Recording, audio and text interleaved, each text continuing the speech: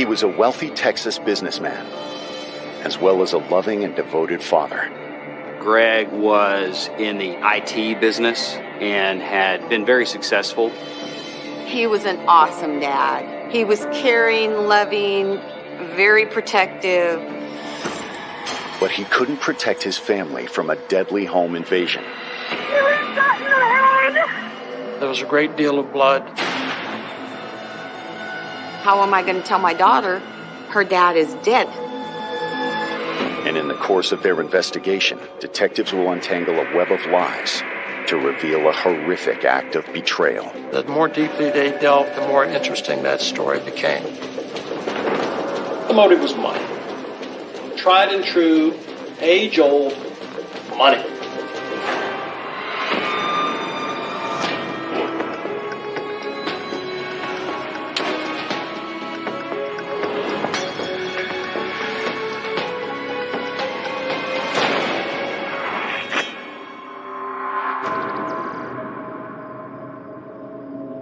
October 13th, 2011. It's a quiet morning in the affluent suburb of Keller, Texas, when police receive a frantic call from 42-year-old Michelle Williams. What's going on? My husband was shot.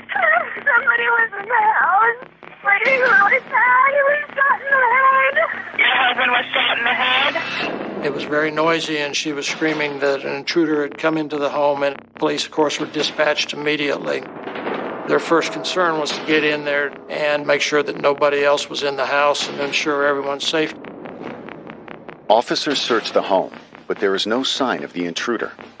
In the bedroom, they find Michelle's husband, 40-year-old Greg Williams, shot to death. Greg was actually found on his bed and had a gunshot wound to his head. Greg had been shot in the temple region. There was a great deal of blood. Michelle says the shooter was a masked man who broke in while they were asleep. She had been asleep on the couch with their young daughter, Michaela, who was 4 at the time. She heard a noise. She rushed into the bedroom. She saw a person dressed in black, and that person struck her in the face, that she briefly lost consciousness. When she awoke, she realized that her husband had been shot in the head. At first glance, it appears to be an attempted robbery gone wrong. But investigators will soon realize there is much more to this case than meets the eye.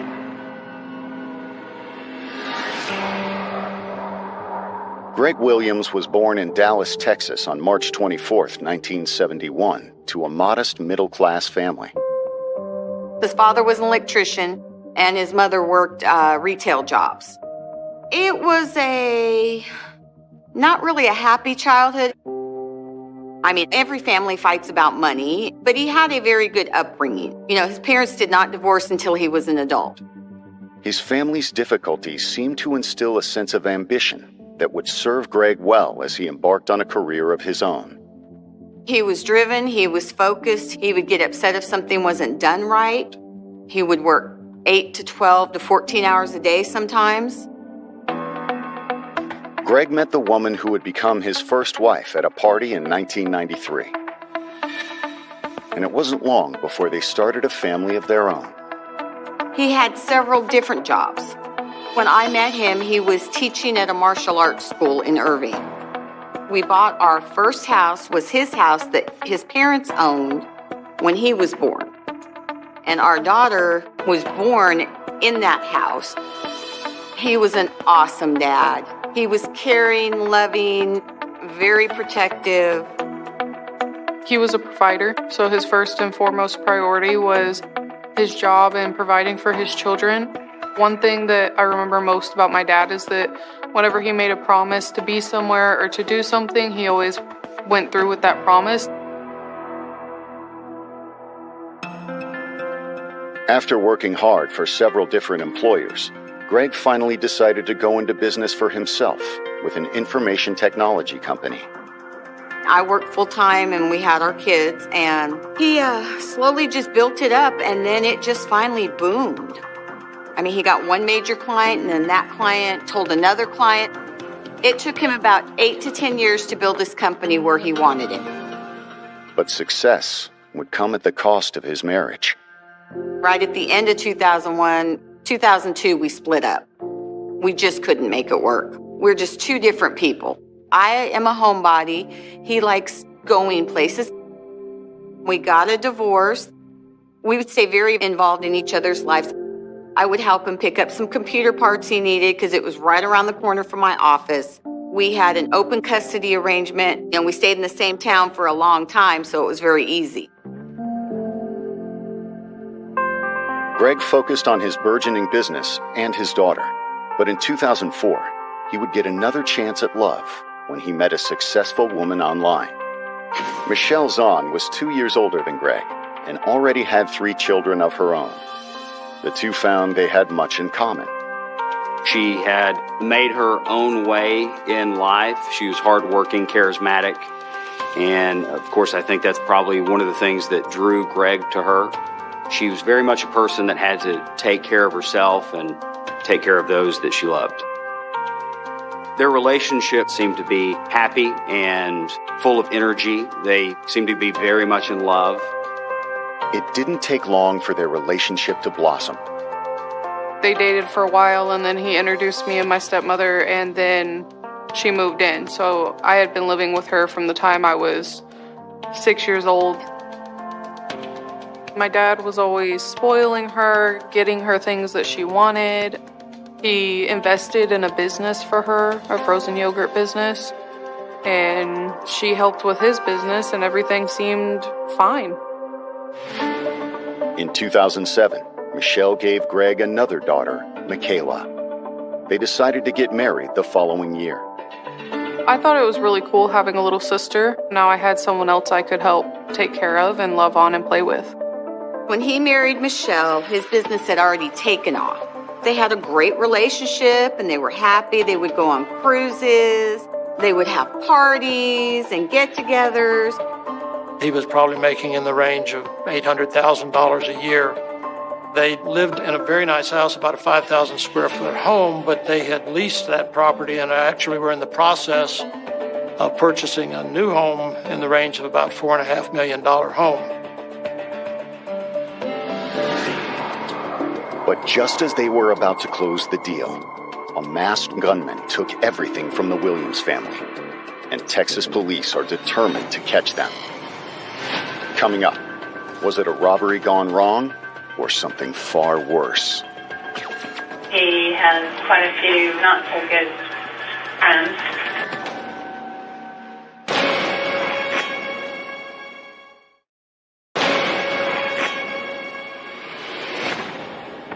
Police in Keller, Texas, are investigating the murder of 40-year-old technology mogul Greg Williams, shot by an intruder during an apparent break-in. The masked man struck Greg's wife, Michelle, as he fled the scene, but their daughter, Michaela, was left unharmed. It was obviously a fresh bruise. There was subcutaneous bleeding under the skin. She was hit by the intruder with a wrench. EMT people arrived at the scene. They checked her out. They also made sure that Michaela was okay. Their job was pretty limited because Greg was obviously deceased at that time. As detectives searched the bedroom, they immediately noticed several clues. There was a .45 caliber semi-automatic handgun that was lying by the bed. There was a wrench lying by the bed, and there was some damage to the doors that led from the bedroom out onto the patio or the pool area outside. There was a screwdriver lying another 10 or 15 feet from the door. It seemed as though the screwdriver was used to enter that door. Initially, it looks like a robbery, but the shooter didn't attempt to steal anything from the house. There was no jewelry or personal property that was taken. The gun that was found next to the bed belonged to Greg. Obviously, it was an affluent neighborhood. They were people that, if you knew them by reputation, that had some money there. They had, my recollection is, about $20,000 there in the home. It also appears that the killer was exceptionally careful. When police dust for fingerprints, they quickly discover there aren't any. If you don't find the murderer's fingerprints, that can be all kinds of reasons. If nothing else, they're wearing gloves. But you find fingerprints of a 4-year-old. You find fingerprints of the victim. You find fingerprints of the wife that lives there.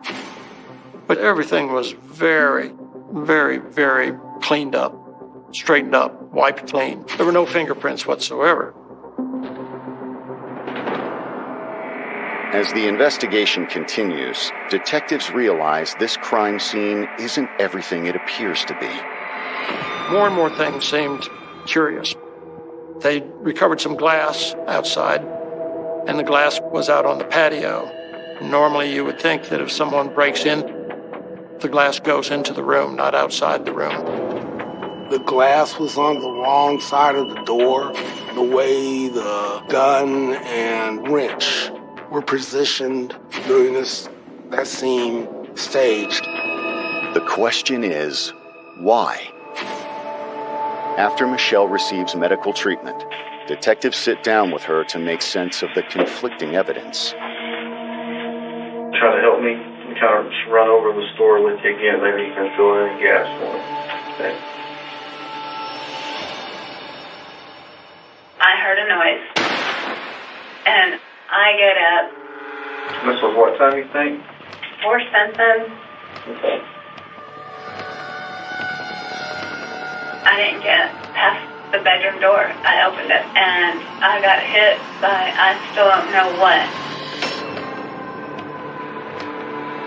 I could see it was a male in dark stuff, dark clothing, but I couldn't tell you really any details about that.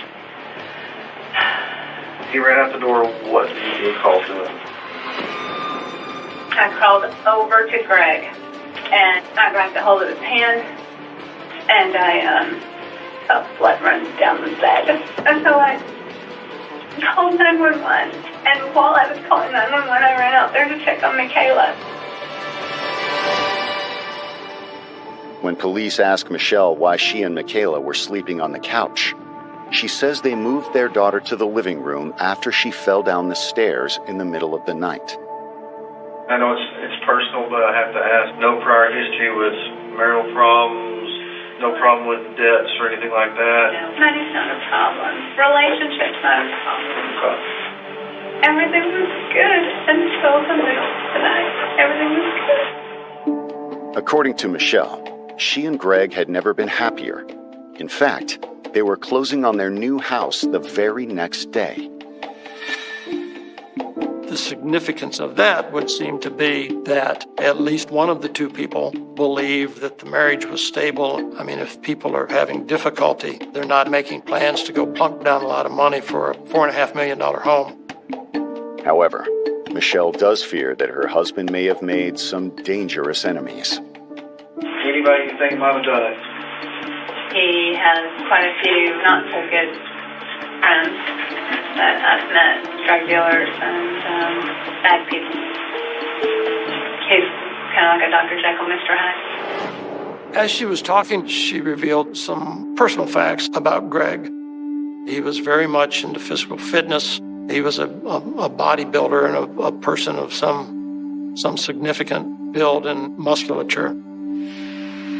She revealed that he was heavily into the use of steroids, which, of course, can be used in bodybuilding and can also have significant side effects. Greg bought steroids from somebody, I don't know who, but he has steroids in the refrigerator in our bedroom. And what? Refrigerator? In the refrigerator in our master closet. He keeps that very private and away from me and Michaela. From the evidence police have gathered so far, it looks like Michelle could be right. There were anabolic steroids found at the scene where Greg's body was, and he had apparently been obtaining those steroids illegally. There was some concern that maybe his involvement with people either dealing or distributing anabolic steroids might have had something to do with Greg's death.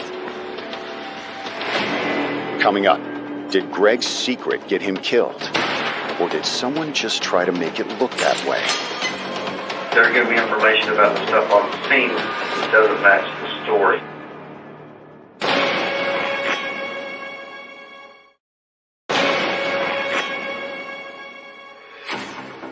While detectives continue their investigation into the murder of millionaire Greg Williams, his ex-wife and daughter are just finding out what happened.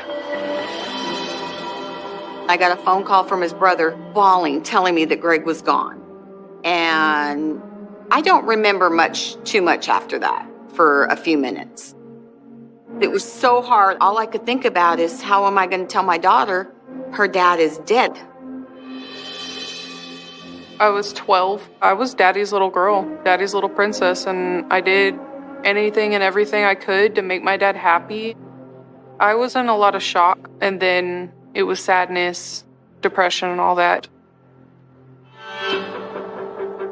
There were some thoughts that perhaps an intruder was related to dealings with the anabolic steroids, money that was owed either to Greg or by Greg.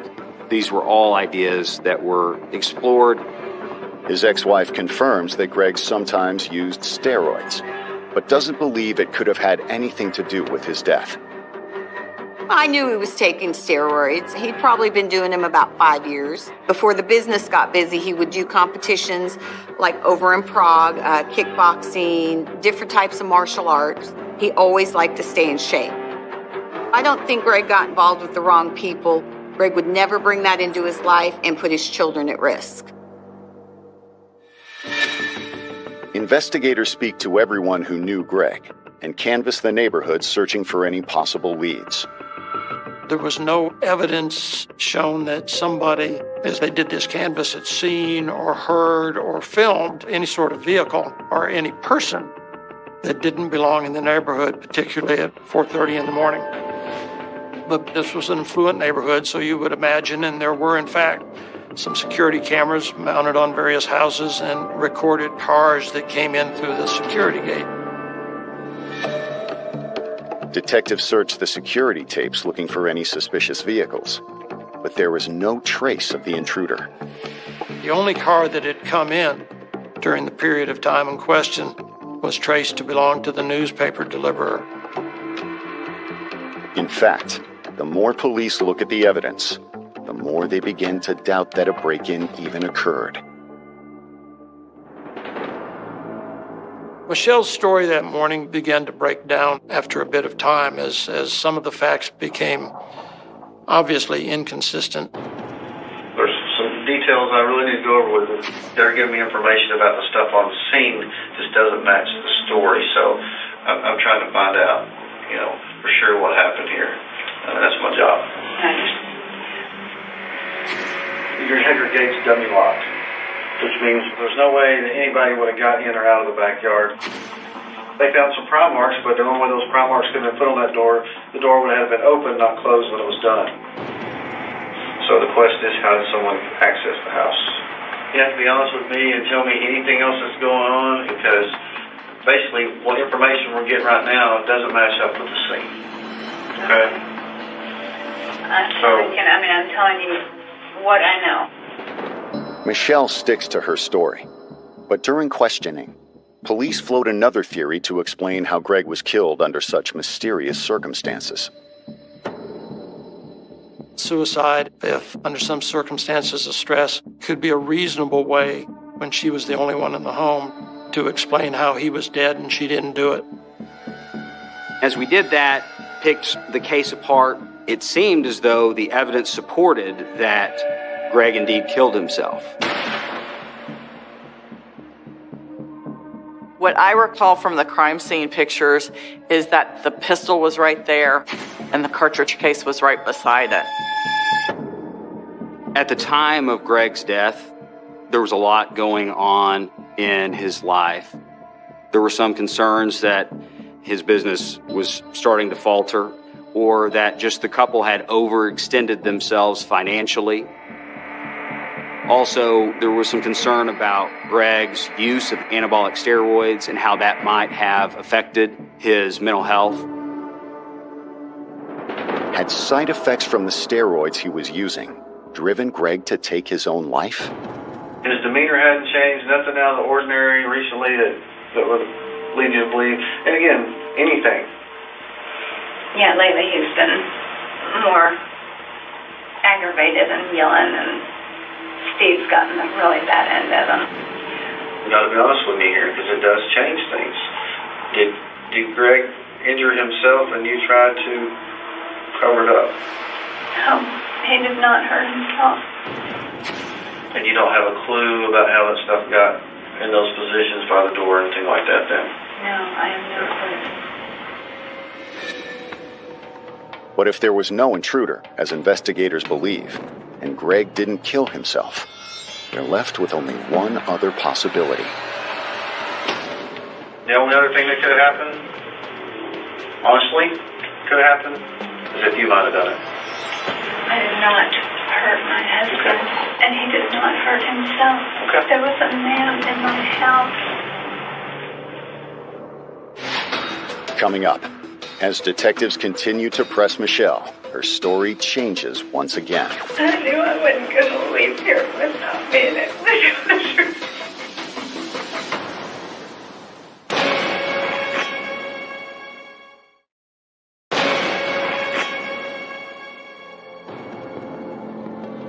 Detectives are grilling 42-year-old Michelle Williams about the details of her husband's death. Her story about an intruder doesn't match the evidence, and they want to know why she's hiding the truth. I don't know whether police believed the intruder story from the beginning. There are parts of that story that, if you look closely, perhaps don't feel right. And so in most cases where someone is killed in their home, the spouse is responsible. You know what happened. So you need to tell me. I mean, this is it. We're getting wits in. With police chipping away at her story, Michelle finally appears to come clean. You've got to be honest with Michelle. If he did it and you covered it up, just tell me. He did. Huh? He did. Okay. You want to tell me the story, what really happened now? Michelle indicated that, well, it really was not an intruder, that she had made up the story because her husband, who was situationally depressed from time to time, killed himself. She explained that in order to make it look like an intruder had entered the home, that she had rearranged some items, that she had placed the screwdriver where it was so that it would look as though someone had entered the door. Also, she cleaned up the scene some so that it would not be easily determined that Greg had killed himself. The rationale that we got was that she didn't want her child to know. I couldn't let her know that.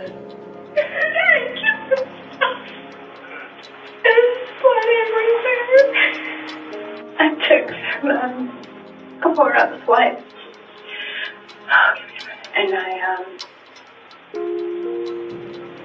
wiped the gun with the blanket that he had right there,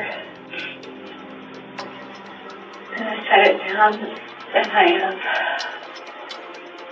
had to figure out what the hell to do at that point. You put the gun by the door? I opened the door and I put the gun on the door. Because if it was sitting by him, of course it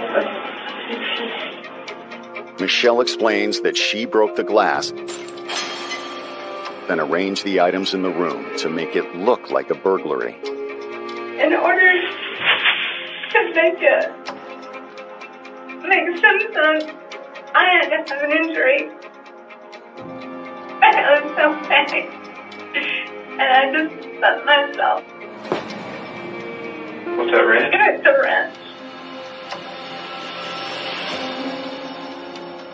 I went back and opened up the back door, and while doing this, I was calling 911 and hoped that somebody could still keep him alive, but I knew he wouldn't make it.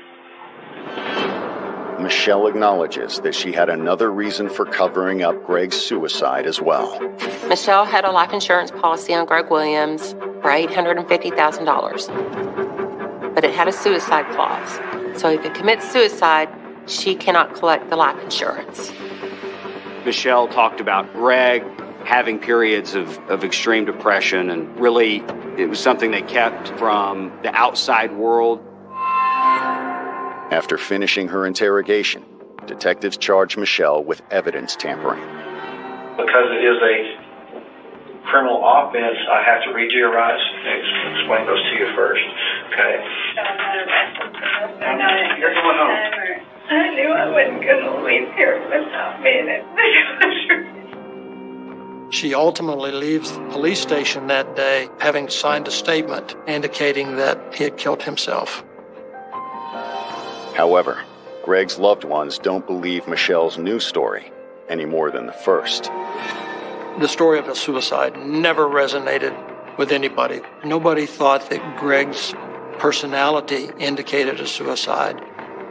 He had a friend the year before, December 20th, kill himself. And I have only seen Greg cry maybe twice, and that was one of them. He took Taylor on his lap, and he says, "Do not ever do that. That is the most selfish thing you can do to the people that you leave." There was no way he committed suicide whatsoever. I would bet my life on it.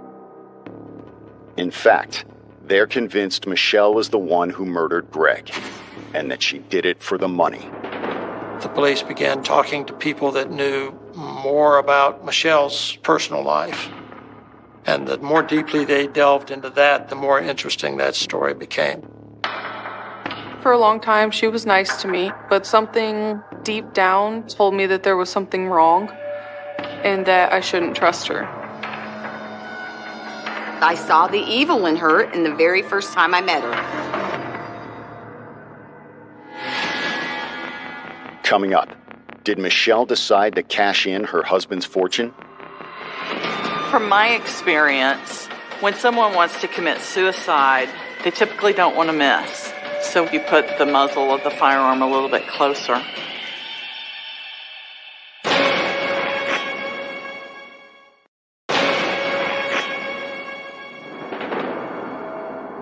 After hours of interrogation, Michelle Williams has confessed, saying she covered up her husband's suicide.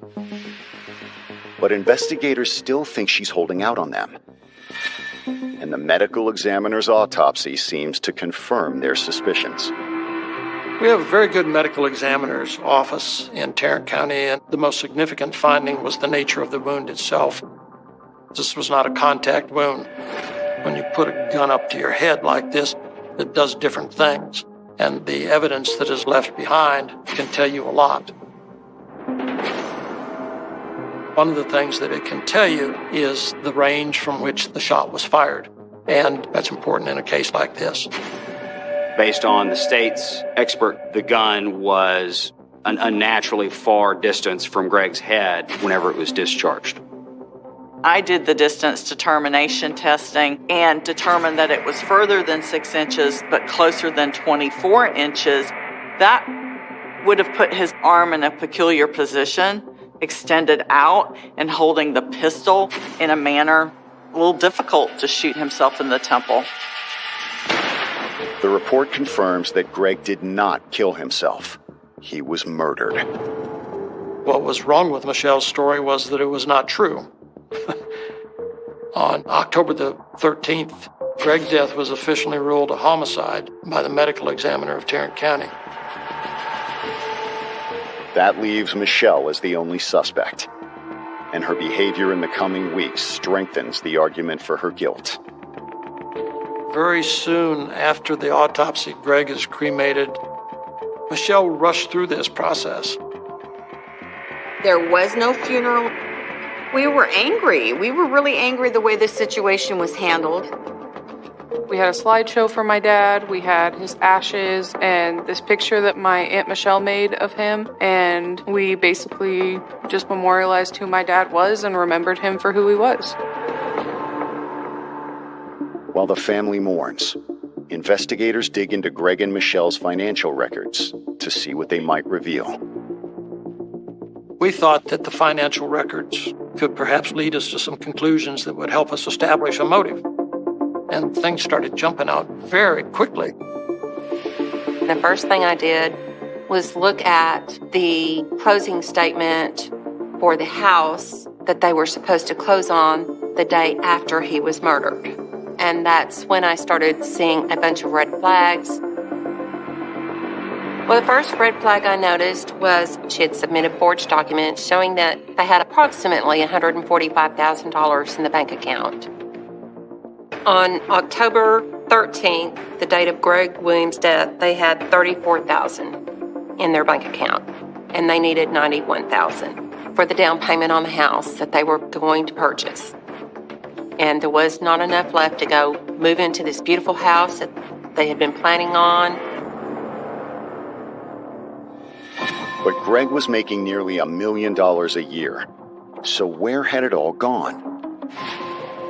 They had exorbitant expenses, such as they were leasing their Mercedes. They were leasing the house that they lived in. They had $67,000 in credit card charges.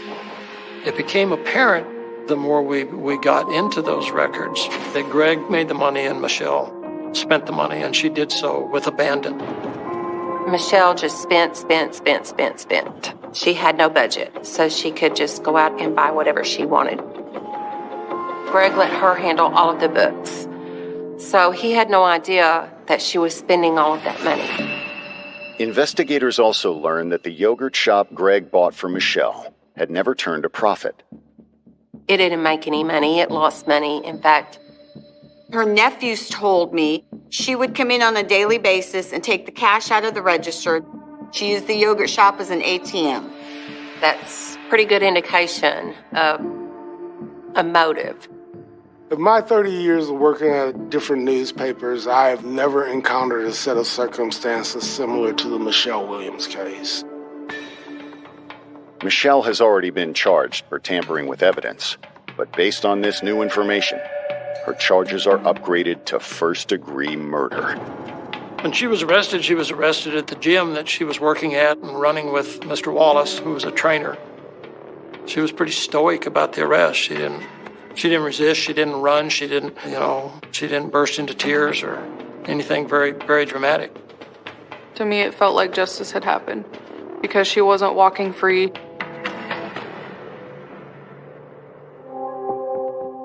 Her bond was set pretty high, about $550,000. She had a lawyer who just sort of incidentally was at least a business client, if not a sometime partner of Greg's. He was hired by Michelle to represent her, and he filed a motion to reduce the bond. It was reduced to $85,000, and she was released, but she was released with an ankle monitor for all the good that did. Coming up, but will justice be served? Or will a black widow get away with murder? This was a circumstantial evidence case. Even DNA is circumstantial. But we didn't even have that.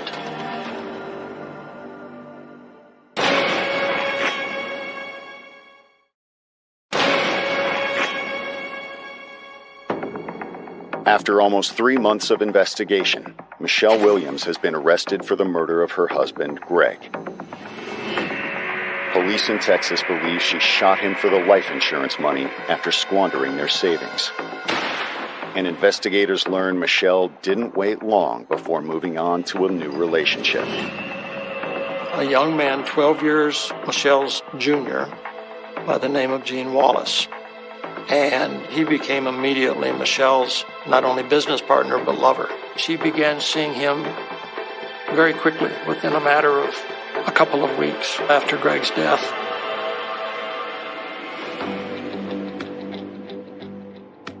The circumstantial evidence against Michelle seems to be growing by the day, but prosecutors fear a lack of physical evidence may prevent them from getting a conviction. So they decide to offer Michelle a plea deal instead. The bargain was that Michelle was to plead guilty to tampering with evidence, a felony charge, and also deadly conduct, essentially recklessly discharging a firearm in someone's direction. And in exchange for her plea to those two charges, she was to get 18 years on the tampering with evidence charge, and she was to get 2 years on the deadly conduct charge. Michelle accepts the offer, but as her sentencing date approaches, she throws prosecutors a curveball. We were in the conference room at the DA's office, and they said, well, Michelle is pregnant. I said, well, that strikes me as something I need to see some proof of. Whereupon they produced a sonogram. She's pregnant not only with a baby, she's pregnant with 2 babies. She's pregnant with twins. They agree to defer Michelle's sentencing until the babies are born, but she immediately breaks the conditions of her release. She had asked to go to South Texas, down in the Corpus Christi area, I believe, and the probation officer said, no, you can't go that far away. So she figured a way to get her monitor off. As the result, Michelle goes back to jail, and once again, her story changes. Lo and behold, she's no more pregnant than I am. She has fabricated the entirety of the story just to buy time. We actually ultimately find the sonogram on the internet. It was all just a charade. I think it's fair to say that she has a very, very loose association with the truth. The plea deal was wiped away because it was determined that she had lied to the court in making her plea. She just had to push it further. And that was her undoing. On September 22, 2014, Michelle Williams finally stands trial for murder. Her attorneys quickly unveil a new defense. Michelle was trying to perhaps suggest to family and friends that someone else was responsible for Greg's death. Michelle tried to set me up for the murder. This was a story that kept on turning. It was like every time something would happen, it would be a new twist, a new turn. You never knew what would happen next. The only possible motive seems to be revenge, but prosecutors quickly expose it as another lie. One of her sons was the first witness that the state called to testify against Michelle. Michelle asked me to call some friends and have them frame Kathy.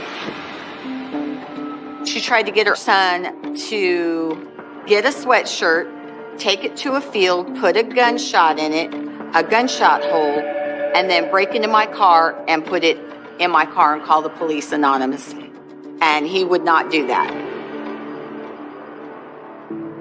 It doesn't take the jury long to render their verdict. Ms. Williams, if you would stand, please. They found her guilty of murder and guilty of tampering with evidence. On September 30th, 2014, Michelle is sentenced to 60 years for the murder of her husband and 10 more for tampering with evidence to cover it up. We were all just really relieved. She wasn't going to be allowed to continue to be on this earth having hurt someone. In the end, she proved herself exactly what my gut feeling told me. Greg Williams had trusted his second wife with his business, his family, and his fortune. But for Michelle, it would never be enough. I think ultimately she killed him because she got caught stealing the money. I believe that he told her that enough was enough, that Michelle concluded that the gravy train had come to a stop and that the golden goose was getting off. He had been betrayed. Greg had such a big heart.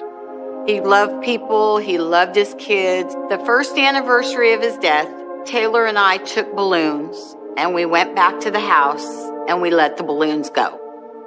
My dad has missed so many things in my life and continues to miss so many different things and milestones in my life. And I think I'm making my dad proud of me.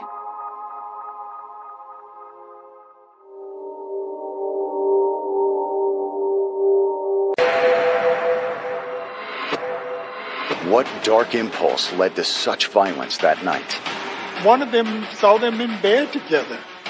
When the police officer got there to question her, she was surrounded by candles and photographs. They realized there was something very different going on. It's unfortunate, it's terrible, but it happened here, and I think it's happened before, and it'll happen again.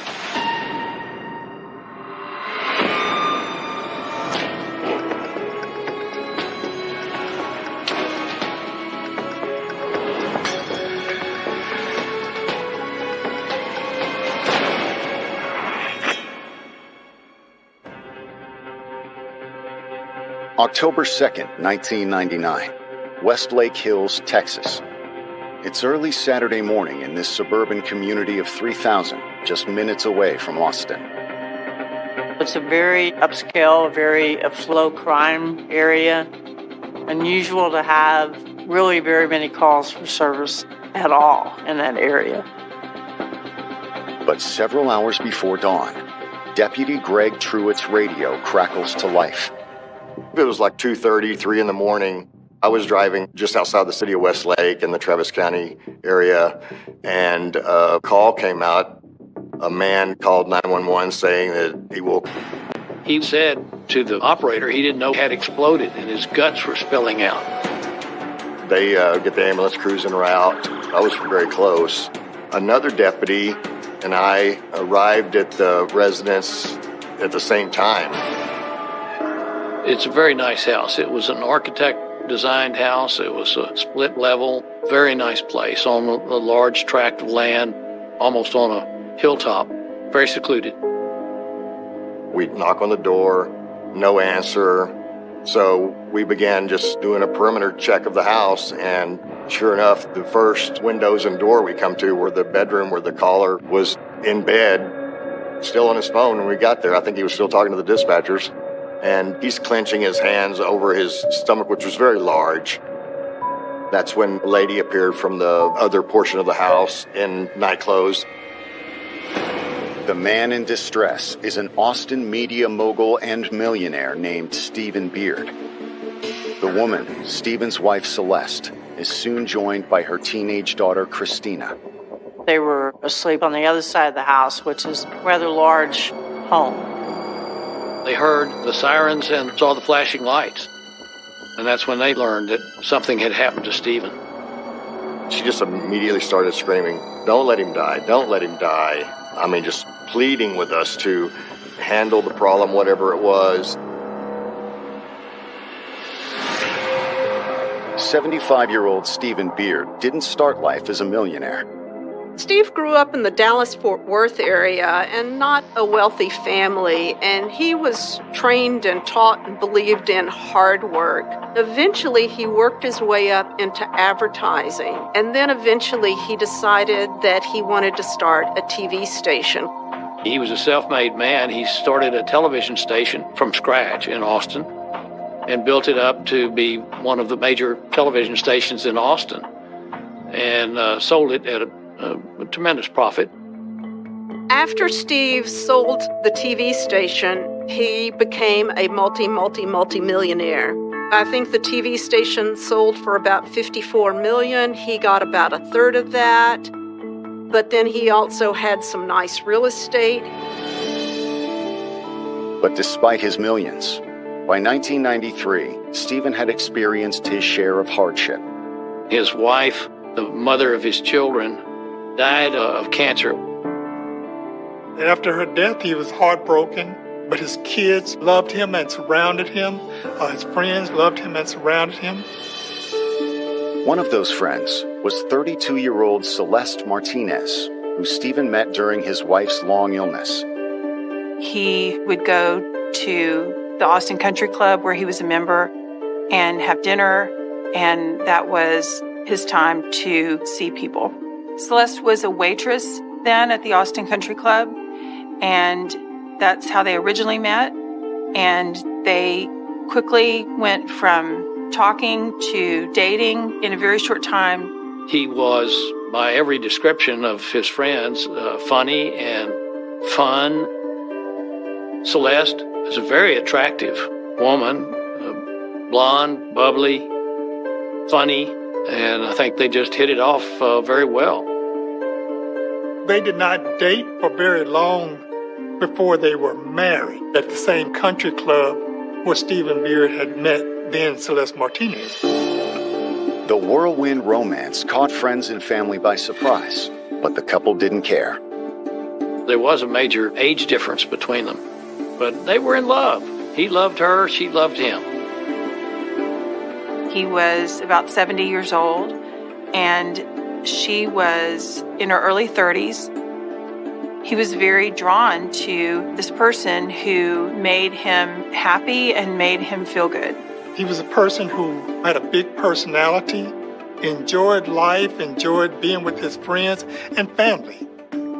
Stephen felt so strongly about family that he formally adopted Celeste's teenage twin daughters, Christina and Jennifer.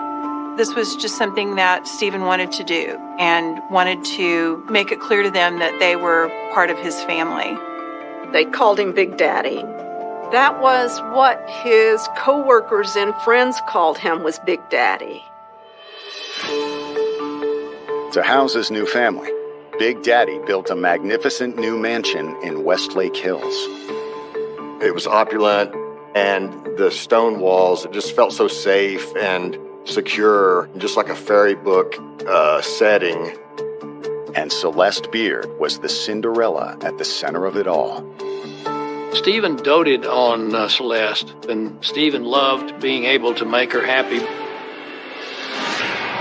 But now, Celeste's happily ever after has turned into a nightmare.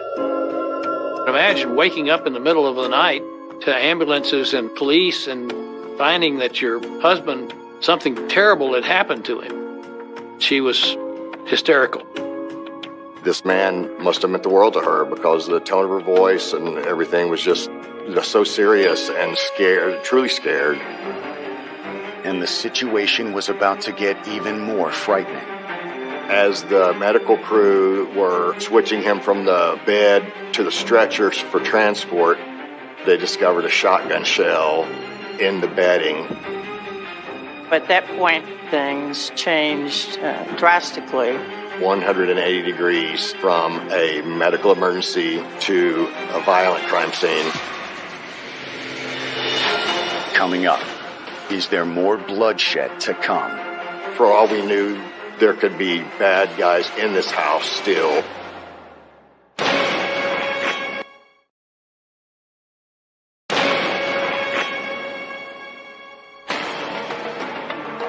Police responding to a 911 call from millionaire media mogul Stephen Beard have just found a spent shotgun shell in the injured man's bed. It came out originally as a medical call. Then they realized that something else was going on, that instead he had actually been shot. He's alert and conscious and talking to us, and so that's why I just kept going back in my head that, you know, he must have had a surgery and they had split open or something like that. I could see medical equipment beside his bed. He might have had a breathing tube providing oxygen or something. So it just reinforced to me that he was under medical duress.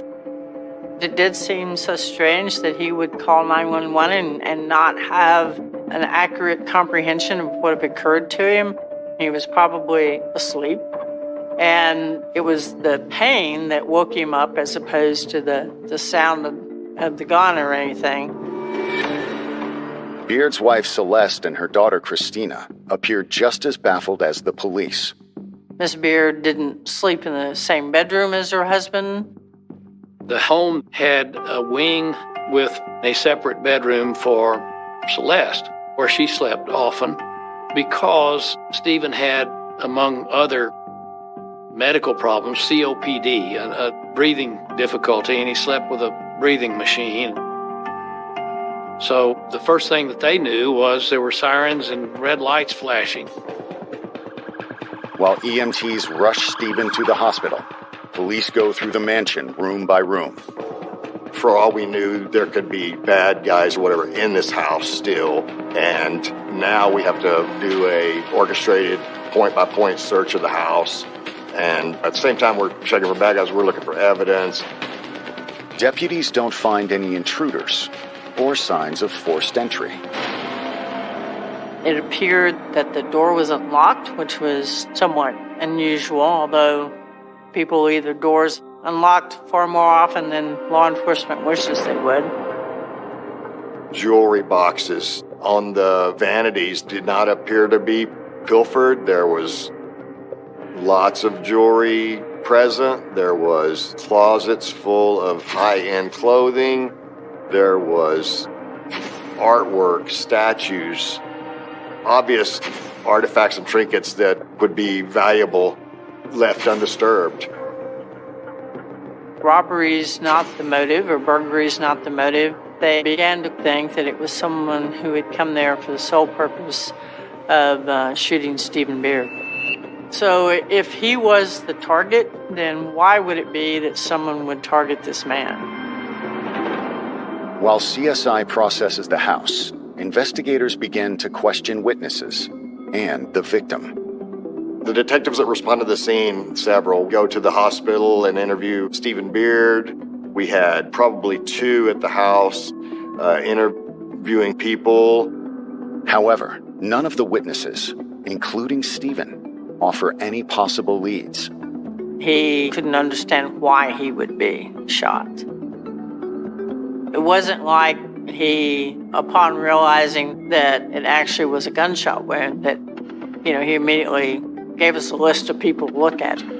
There wasn't any talk of having enemies or anyone having idea who would do something like this or why they would do that. He was a respected man in the community, a successful guy, so everything was a mystery. He didn't appear to be someone who would have anyone who would have some sort of vengeance against him, some reason to harm him. So then you start, looking to see what could this possibly be. Investigators also question Celeste's daughter, Jennifer, who'd been staying with friends the night of the shooting. The other daughter came in, that morning. As soon as she was notified, she returned to the house. She was upset and, concerned about whether or not he would survive. Jennifer's too distraught to give investigators much information. But as word of the shooting spreads and friends and family gather to support Celeste and her daughters, the shooting investigation takes a sudden turn. One of the friends approached us and they gave us a name and suggested that it might be something that deserved to be looked into. They thought that they had a suspect and that it was a young woman who had had contact with Celeste Beard in the past. The woman's name is Tracy Tarleton. And when investigators follow up with Celeste's daughters, they confirm that there was no love lost between Tracy and their adopted dad. Stephen did not approve of Tracy Tarleton, and Stephen was pretty perceptive about what he thought Tracy Tarleton was after, and that is Tracy Tarleton was after Celeste. Coming up, did a love triangle become a ticking time bomb? What we found was that she had, and this is her word, recruited married women who were not happy to be her lovers.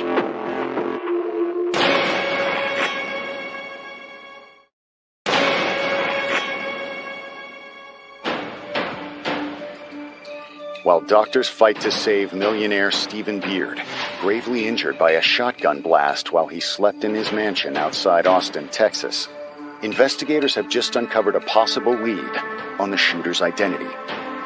Someone at the scene that morning voiced a concern about a specific person and provided us what probably was our first lead. Acting on the tip, detectives take a closer look at a 59-year-old Austin woman named Tracy Tarleton. Tracy was a manager of Book People. It's a large, very popular bookstore in downtown Austin. Tracy met Stephen Beard's wife Celeste at a local psychiatric facility several months before the shooting. Celeste suffered from depression, and she did check into a psychiatric hospital a couple of times dealing with her problems, and she met Tracy Tarleton. Tracy at the time had a pretty significant problem with alcohol, and it got to the point where she was feeling suicidal. Tracy had some legitimate issues that she was trying to deal with. Her mental health would go, and then she'd start self-medicating with drugs and alcohol.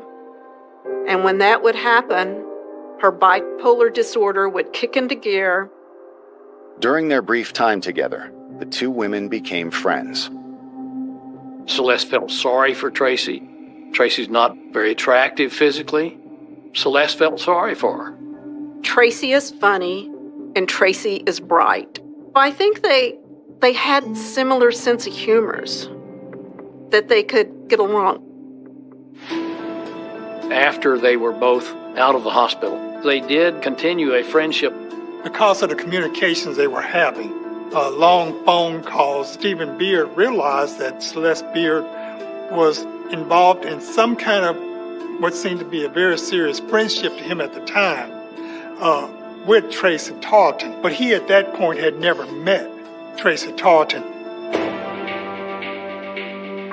That changed in August of 1999, a little more than a month before the shooting. Stephen Beard decides he wants to meet this person who seems to be such an integral part of his wife's life. And then Celeste Beard invites Tracy over. Stephen Beard is friendly toward Tracy, welcomes her into his home, cooks dinner for them.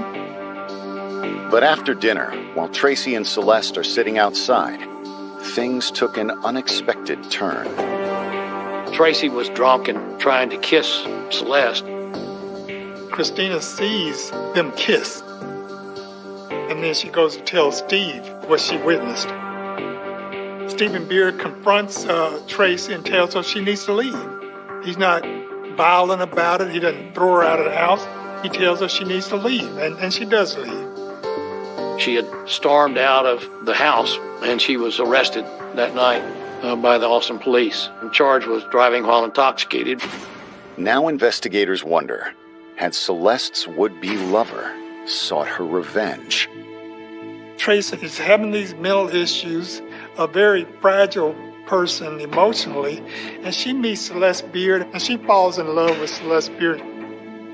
Tracy firmly believed the thing standing between her everlasting happiness with Celeste was Stephen Beard.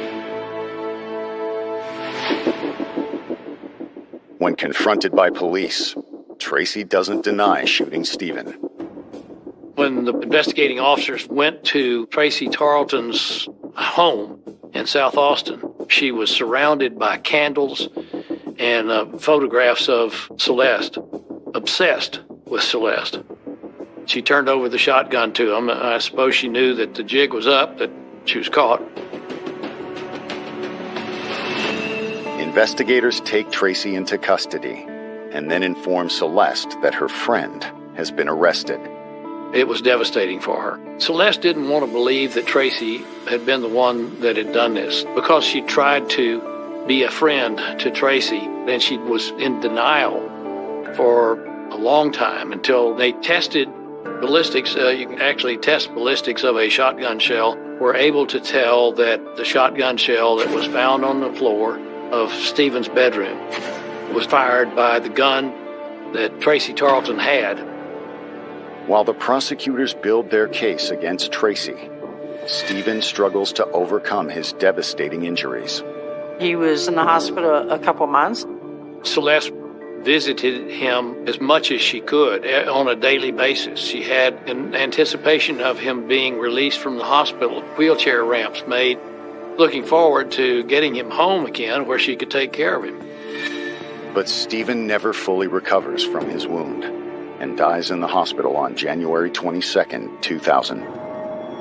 The medical examiner said it was caused by pulmonary embolism related to him being shot.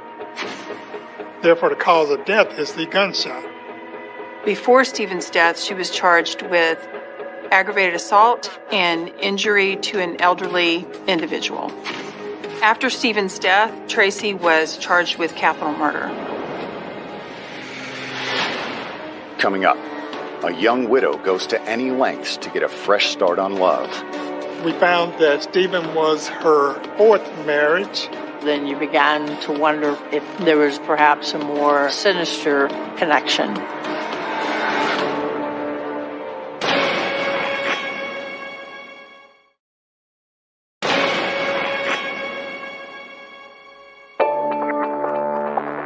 At the end of February, Tracy Tarleton is in the Travis County, Texas jail, charged with murdering Austin millionaire Stephen Beard.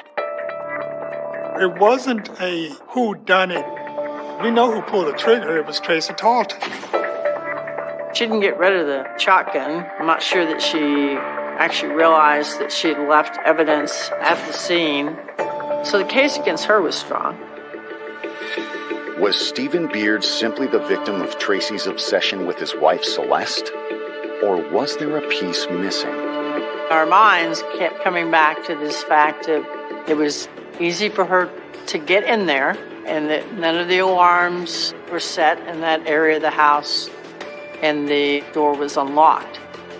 I think there was suspicion from the very first night that Celeste was involved. She may have played a role in this plan. Although questioned repeatedly by investigators, Tracy adamantly denies that Celeste had anything to do with Stephen's death. Even after she acknowledged that she had been in fact the one who shot Stephen Beard, she still didn't reveal any sort of encouragement that she had received, or certainly any sort of coordination with Celeste Beard. Over the weeks that follow, friends of Stephen and Celeste started reaching out to the investigators, and their stories paint a very different picture of what investigators believed was a happy marriage. According to the people who were hanging around with her, she was going through a lot of men, entertaining a lot of sexual partners. She was living an extremely extravagant, lavish, single lifestyle. After Stephen died, Celeste just kind of went crazy. She went on a spree of drinking and partying and going out and making a mess of her life. Going on a trip to New Orleans and other places, taking girlfriends along, hanging out at 6th Street, going to all the bars, just celebrating life. According to friends, she's also burning through Stephen's millions at an alarming rate. From the funeral on, Celeste Beard seems intent on squandering the rest of Stephen Beard's estate. It's just a girl gone wild is what it seemed like after Stephen Beard's death. Based on her unusual behavior following her husband's death, investigators began digging into Celeste's past. We found that Stephen was her fourth marriage. She had had marriages along the West Coast before she moved to Austin with her third husband. Celeste and her third husband divorced shortly before she married Stephen, but according to friends, they continued to sleep together after the divorce. Celeste would have affairs with her ex-husband, but she said she never thought of it as an affair because she had already been married to him, so it didn't count as an affair. In addition to the infidelity, investigators also learned that Celeste has a criminal record. She had been charged with a fraud crime in Arizona, for which she was on probation for, unknown to Stephen Beard at the time they had been married. Then you began to wonder whether or not there was perhaps a more sinister connection between Tracy and Celeste Beard. There was no way that we were going to be able to prove a case against Celeste without Tracy's testimony. So Tracy's lawyers, from the beginning, were hinting around to the prosecutors that Tracy had a story to tell, and they wanted immunity for her testimony. But the DA's office was not willing to give her complete immunity and no punishment.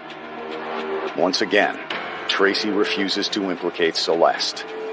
She was hesitant to make any sort of connection as far as motivation to Celeste. But would Tracy change her tune after Celeste met a new man? She met Cole Johnson at a bar where he was bartending on 6th Street. For Celeste Beard, that's kind of par for the course. He kind of straightened her up, saw that she was being very self-destructive, and convinced her to pull back. Then, in July of 2000, just a few months after meeting, and barely 6 months after Stephen's death, Celeste and Cole become man and wife. There's no question, given her history, that she's going to be married again soon. But, ultimately, that was her downfall, and it was clear from that marriage to Cole Johnson. Tracy Tarleton decided that she should come forward and tell the truth. Tracy realized that she'd been used and became willing to tell the rest of the story. Coming up, the wages of a marriage gone haywire. Celeste despised the fact that she had to have a sexual relationship with him.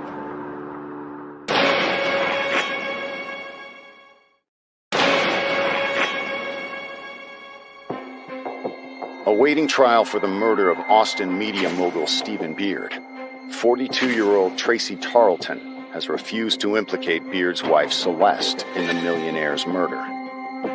She's going to take responsibility for this murder. She's not going to name Celeste Beard as being involved in it. She's just going to take the full rap, but then she's betrayed by Celeste Beard. A few months after Stephen's death, Celeste meets a bartender named Cole Johnson, and he becomes her fifth husband. And what Tracy Tarleton provided was the details of the planning and the actual details of Celeste Beard encouraging, aiding, and assisting her in causing the death of Stephen Beard. She gave all the details. Tracy tells detectives that at first, money hadn't been an issue for Celeste. In order to make sure that she had access to her own money, he set up a trust fund for her, and he put in $500,000, $500,000 in this trust fund. She just blew through it. It was 6 months that she went through that $500,000. It's not clear exactly where all the money was going. A lot of it was in high-end fashion, stuff that she never ever wore, handbags and dresses and jewelry. Celeste bragged one day that somebody asked her, "What's the most you've ever spent in one day?" And she said $50,000. Stephen Beard approaches her and says, "You are squandering this entire estate. You are destroying everything I've spent my life building. I can't be with you anymore." He begins divorce proceedings. Her response to that is like she's going to kill herself. And then she's taken to the psychiatric unit of a local hospital for treatment. And it meets this woman by the name of Tracy Tarleton. I think Celeste manipulated everyone in her life, including her husband and her children, and then later Tracy Tarleton. And she was able to manipulate Tracy because Tracy was particularly vulnerable. They right away started some kind of close friendship. I think early on they were very huggy and even kissed.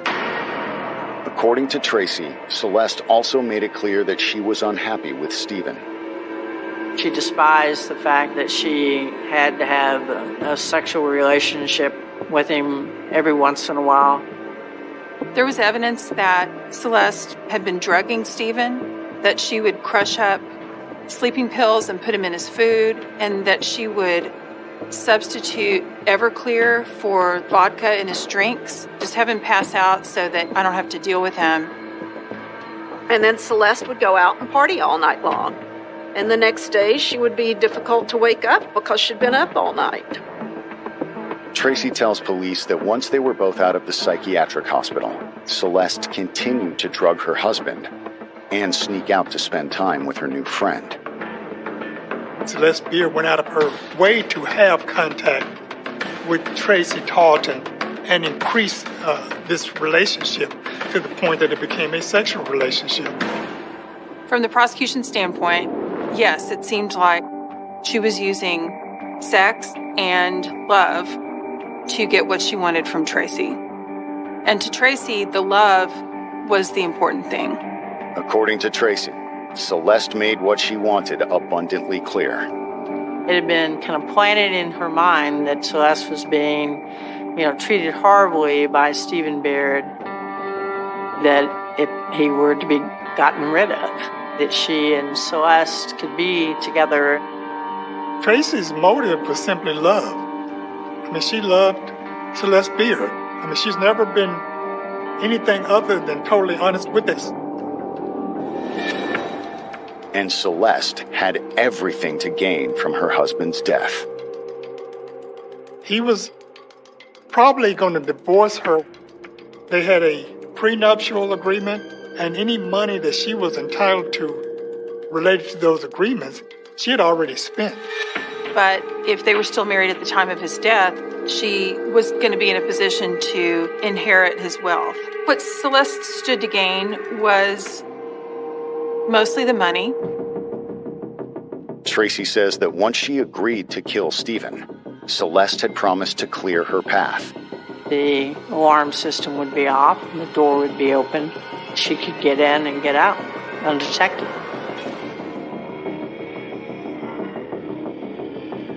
She came into the bedroom, shot him in the stomach, and then left. But she'd failed to kill Stephen outright and left a vital piece of evidence behind. It was a very poorly planned shooting. She used a 20-gauge shotgun with birdshot. The only shell that was fired ejected, and it was left there. Tracy Tarleton pulled the trigger. The evidence clearly shows that. But the only reason Tracy Tarleton pulled the trigger in this case was because of Celeste Beard.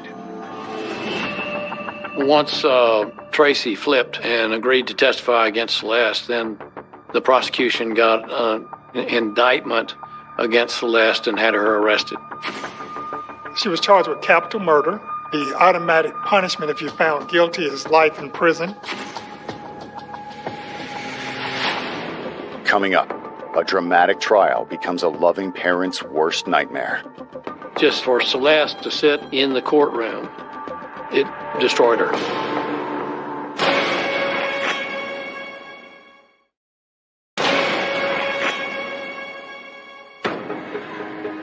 When Celeste Beard goes on trial for murder in March of 2003, the salacious details have all of Austin, Texas buzzing. You had a person who hoped to be a rich heiress with this lesbian lover who ultimately murders her rich older husband by shotgun. So all those things added up to what was basically for many people a soap opera that they couldn't stop following. This perhaps mentally imbalanced woman killing out of lesbian love, and it sounded like some kind of made-for-TV movie. The prosecution lays out their case first. The evidence will show that what happened here is a simple case of a greedy, manipulative defendant who took advantage of a mentally ill woman who was in love with her. Tracy would be showing up at the trial to say she pulled the trigger. So the question of the trial was, why would Tracy Tarleton kill Stephen Beard? Was there somebody who encouraged her, aided her, assisted her, who pushed her to pull the trigger? And so our case focused on proving the relationship between Tracy Tarleton and Celeste Beard. Her testimony came across as very believable because she did not minimize her involvement in it. And she acknowledged right up front that she had committed this murder, that she had done this thing that was wrong, and that she deserved to be punished for it. She also has some surprising backup. Both daughters, Jennifer and Christina, testified against their mother. They really corroborated some things that even Tracy had said, and so it helped to bolster Tracy's testimony. They understood and witnessed that this was a actual romantic relationship. One of them saw them in bed together. One of them saw them kissing on at least a couple of occasions. Her daughter's testimony is a cruel blow for Celeste. He was our dad. We loved him. And he took him away from us. Celeste was crushed that they turned against her. Just for Celeste to sit in the courtroom with her daughter on the witness stand talking about things that would hurt Celeste, it destroyed her. But when it's the defense's turn, they claim that Celeste's daughters had their own motive to betray their mother. The daughters did this thinking that they would get more of Stephen's inheritance. I think the defense tried to also kind of paint them as, angry teenagers striking out against their mother. Tracy knew that the defense's whole case also depended on attacking her. And so their strategy was to attack her as mentally ill and delusional and predatory. We believe that the evidence will show you Tracy Tarleton is not worthy of belief. Tracy was delusional. The delusion was that she and Celeste were lovers. Celeste denied it. Celeste had resisted her advances. The defense tried to kind of paint her as some mentally unbalanced person who had this affection that was not returned and that she was acting clearly on her own. Will it be enough to convince the jury that Celeste is innocent? The jury was out several days. I was very hopeful. The longer a jury deliberates, the more you know that there are members of the jury that have a different view from the prosecution. Finally, after nearly 3 days of deliberation, the jury makes its decision. The jury came back with a guilty on capital murder. I remember her being pretty emotional. She really had thought she was going to get away with it. Instead of enjoying Stephen's millions, Celeste will most likely spend the rest of her life in prison. Capital murder is automatic life sentence. So she has an eligibility for parole, but it's like another 20 plus years from now. In exchange for her testimony, Tracy receives a 20-year sentence with the possibility of parole in 10 years. Steve's family was involved in the decision to offer Tracy a deal.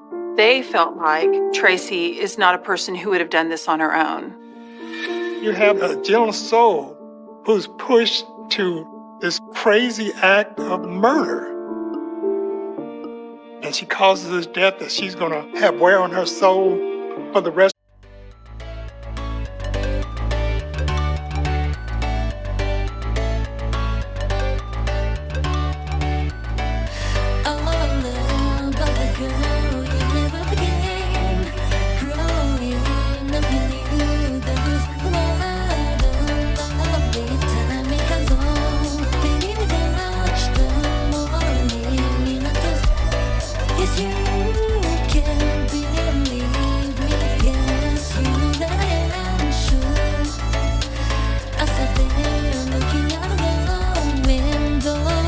Wonder if I could bring them to live. I could bring my lover. And baby, you make me wait. Now here I go, going back on the road. Now here I go, going back on the road. Now here I go, going back on the road. Now here I go, going back on the road. When you back there again, play the music back there again. I saw the looking out of the window. Wonder if I could bring them down. If I could bring my love now, baby, you make.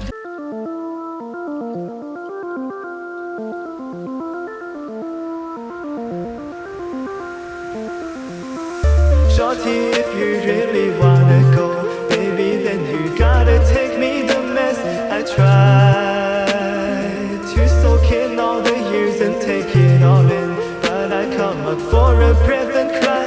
I gave my drama, gave my simple, gave my friends a helping hand.